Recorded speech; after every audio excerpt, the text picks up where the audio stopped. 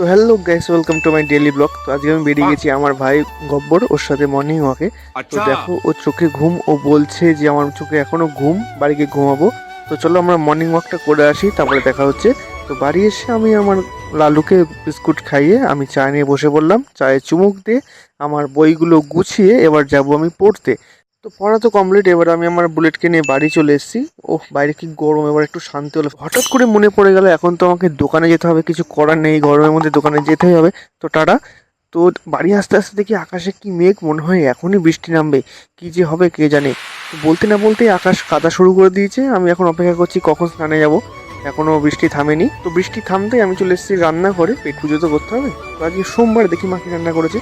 তো যা রান্না করেছে আমার কিছুই পছন্দ না, তাও খেতে তো হবে, কিছু করার নেই। আমার খাওয়া কমপ্লিট, এবার যাবো আমি ভাত গমে। আজকে এখানে ব্লগটা শেষ করলাম, যদি ভালো লাগে সাবস্ক্রাইব করবে।